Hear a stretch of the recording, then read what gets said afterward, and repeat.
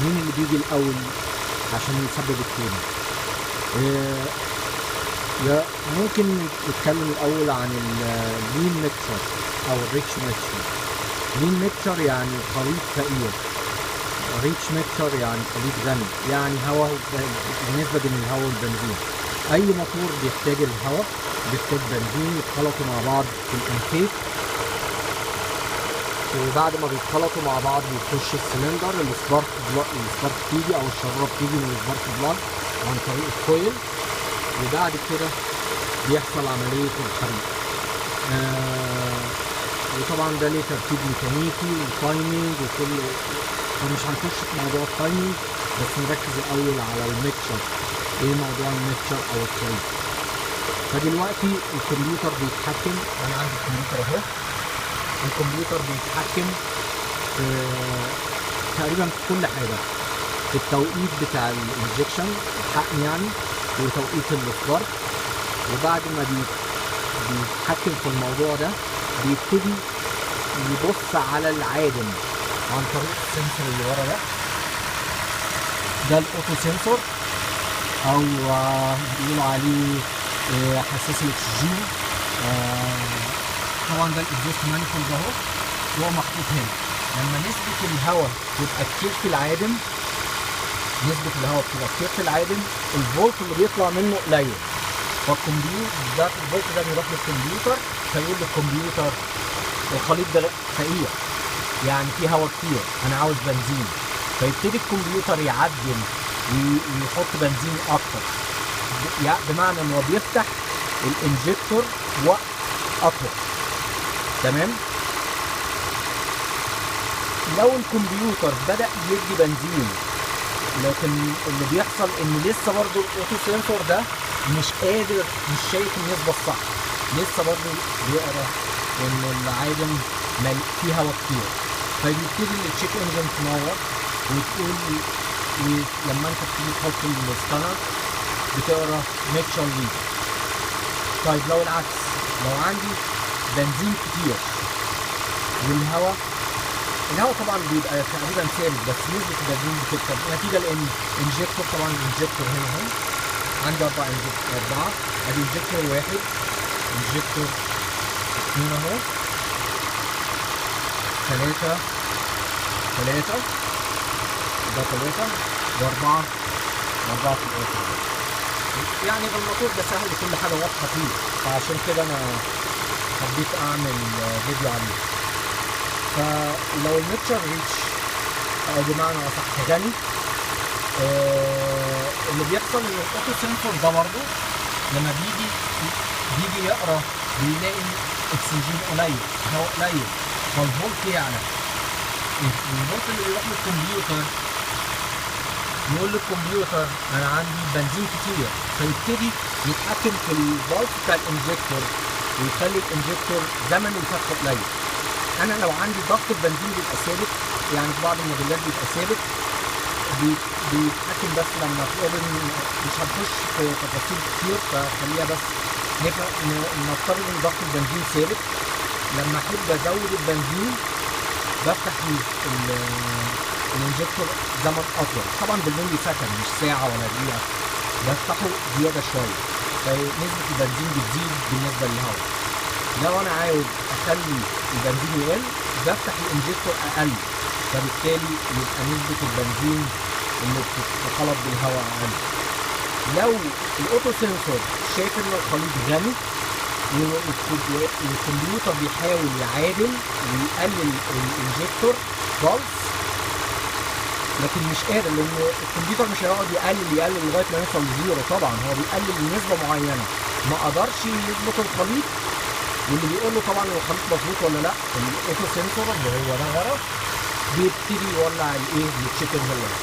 فدلوقتي انا عندي ميس فاير وميكشر لين. ميس فاير يعني في دروب في الار بي ام في اسطوانه او في سلندر، يعني سلندر تقريبا مش شغال كويس او مش شغال خالص، فبيحصل ان في الار بي ام يجي عنده يقوم نازل. ففي عندي الكام سنسور اللي هو ده، وفي كرانك سنسور تحت بيقروا الار بي ام وبيعرفوا انهي سلندر في الار بي ام بيوطى عن طريق الار بي ام. الكام شافت بيعرف انهي سلندر ان في مشكله، والكرانك شافت سنسور بيبقى تحت على الكرانك بيحدد الار بي ام، بيحدد عدد اللفات. لما يلاقي عدد لفات اقل دي طبعا الداتا دي بتوصل للكمبيوتر. بعد كده الكام سنسور يحدد انهي واحد فيهم نمرة 2 او 3 او 4. من هنا بنعرف الميس فاير في انهي سلندر عن طريق الكام والكرانك. وساعات الاساسي الكام سنسور هو اللي بيعمل مونيتور للميس فاير، الكرانك سنسور ما بيعمل مونيتور للار بي ام بس.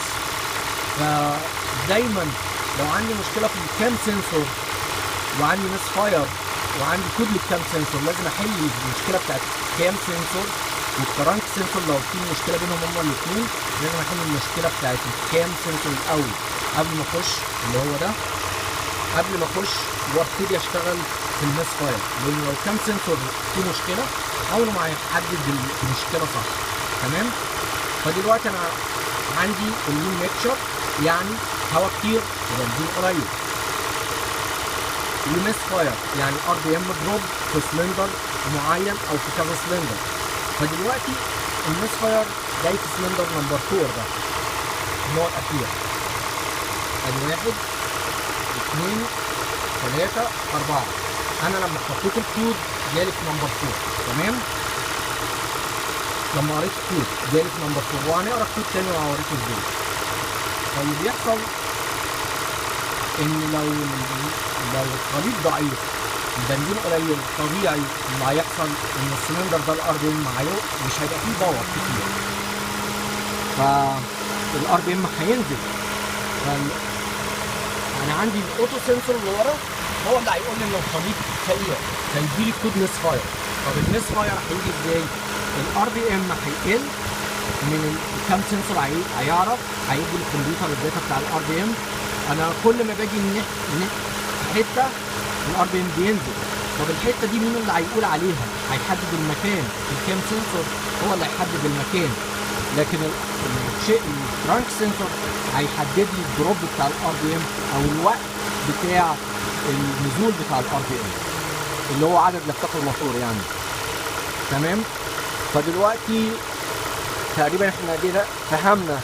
يبقى عندي الاول خليط قليل، بنزين قليل ضعيف، فبيسبب الار بي ام ينزل، العدد لفات الموتور تنزل. الكرانك سنسور هو هيقول للكمبيوتر انا الار بي ام نزل دلوقتي، فالكمبيوتر هياخد الداتا من الكام سنسور يسال الكام انت فين يا كام، هتقول له انا عند نمره 4، فهيبتدي يديني الكود بتاع الميس فاير كمان.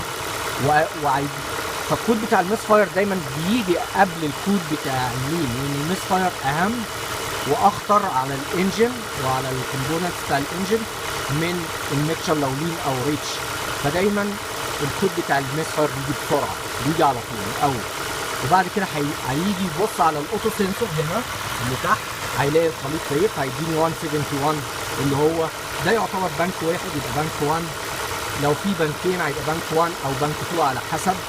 يعني العربيه دي 8 في 8 او في 6 دي يعني موتور 8 سلندر على الشكل دي، يا اما موتور 6 سلندر على الشكل دي. هيبقى عندك بنك واحد وبنك 2.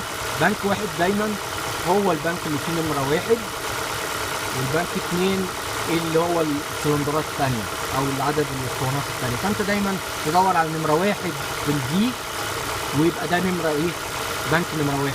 لو عندك 6 سلندر لاين نمره 1 دايما بيبتدي 1 2 3 ده بنك 1، 4 5 6 ده بنك 2. ده لو هيبقى لان هتلاقي الاكزوست مانيفولد نفسه او اللي هو اللي بيقولوا عليه مش فاكر بالعربي صراحه، نسيت الاكزوست مانيفولد.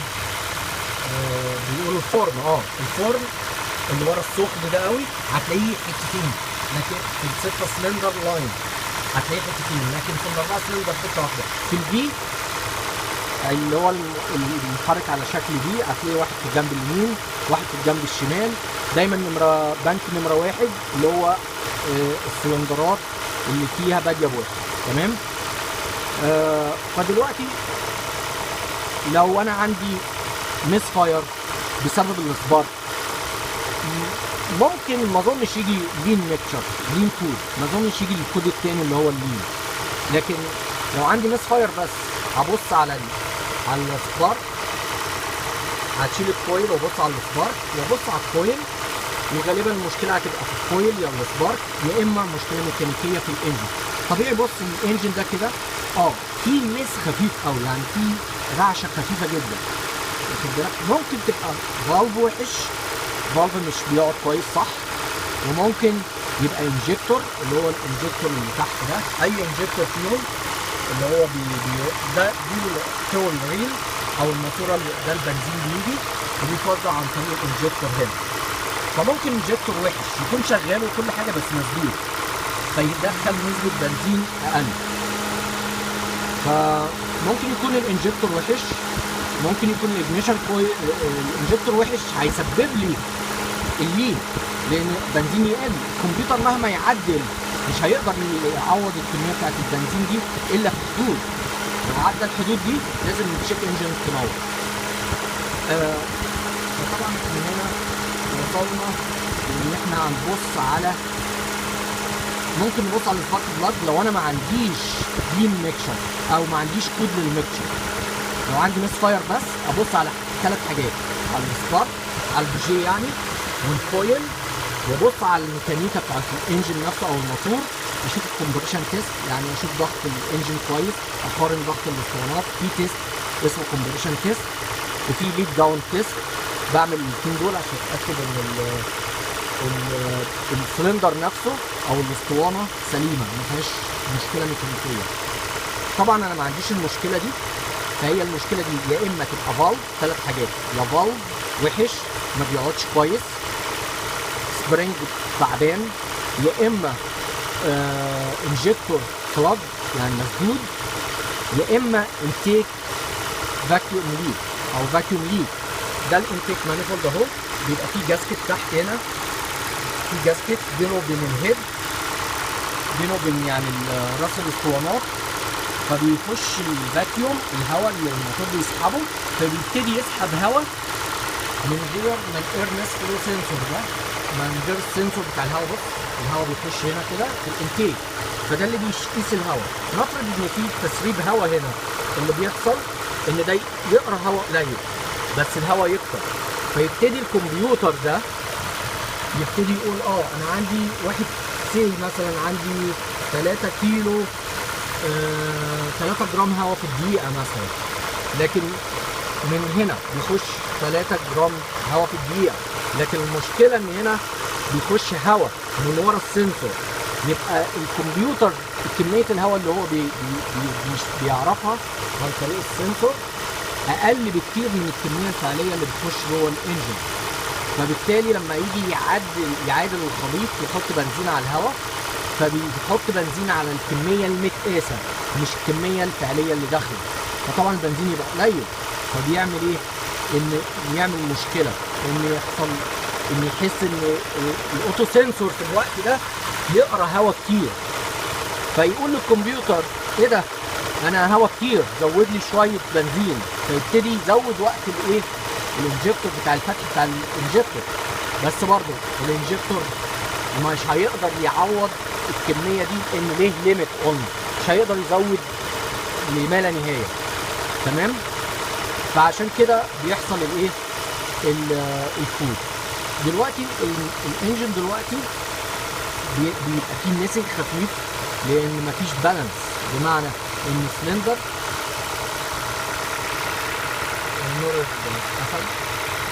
السلندر هيبقى ضعيف، والسلندر والثلاث التانيين كويسين، فهيبتدي يقرا لي 2 كود. ميس فاير عرفنا ليه؟ عشان الار بي ام او عدد لفات الموتور بيقل او لما بيجي شوط القدره ناحيه نمره 4، وبعد كده عشان يعرف انهي سلندر بيبص على الكام سنسور، في الكام سنسور يقول له انا عند نمره 4، فيدي كود ميس فاير عند 4، ويدي كود لين ميكشر عن طريق الاوتو سنسور او الاكسجين او حساس الاكسجين. طيب دلوقتي